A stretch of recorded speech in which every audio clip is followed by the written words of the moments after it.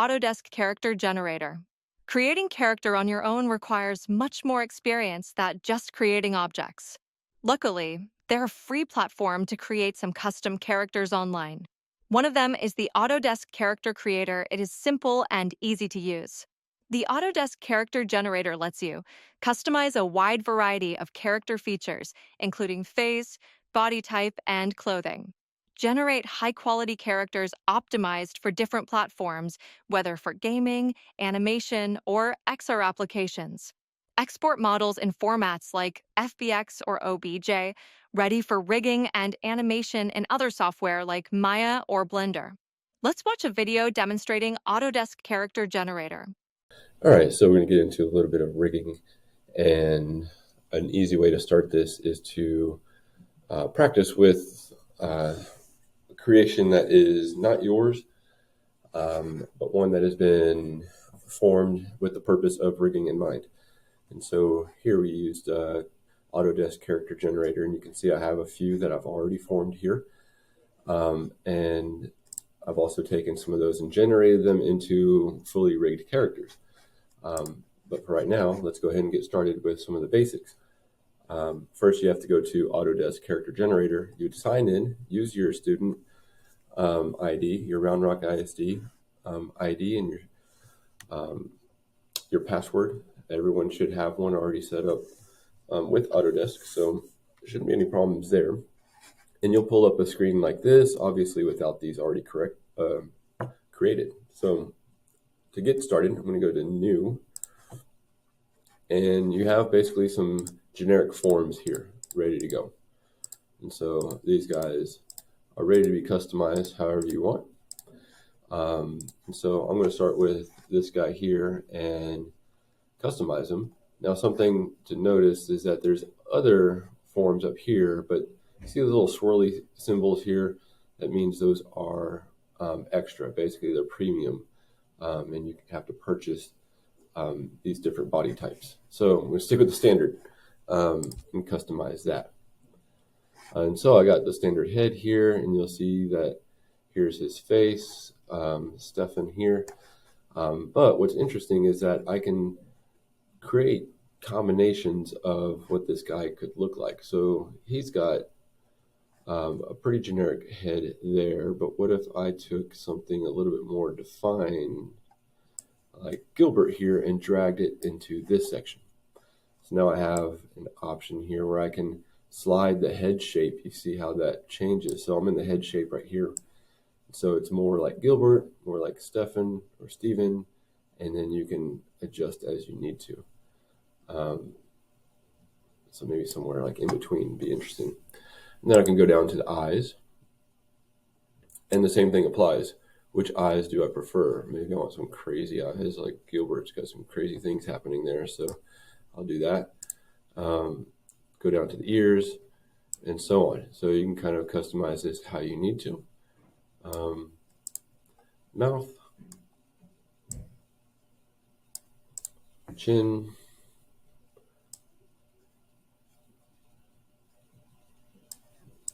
nose, and you just kind of find what you're looking for. You just decide how you want to do it.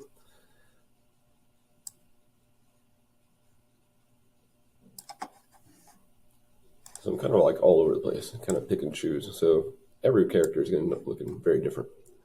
I'm going to go to the skin type here, and so you have all sorts of weird skins. I can make this guy look like a zombie, you know. It's kind of cool. I always like this one. And then get into the eyes, and you can choose eye colors. Something creepy and gray. It's kind of cool. I like that. Hair. Some of these you'll see that has variations, and so you'll see this is in use, just bald, or you can get creative with some variations of hair here. What if you had like a pink mohawk? Be kind of cool. Whatever. So choose what you want, kind of cyborg looking here. And then there's also female. So, you know, if you're a male but you want long hair, then you can look over here on the female side, depending, you know, mix and match however you want to. It doesn't really matter. Body type here, I'm going to stay away from those top ones. Let's choose Biff. That's a funny name.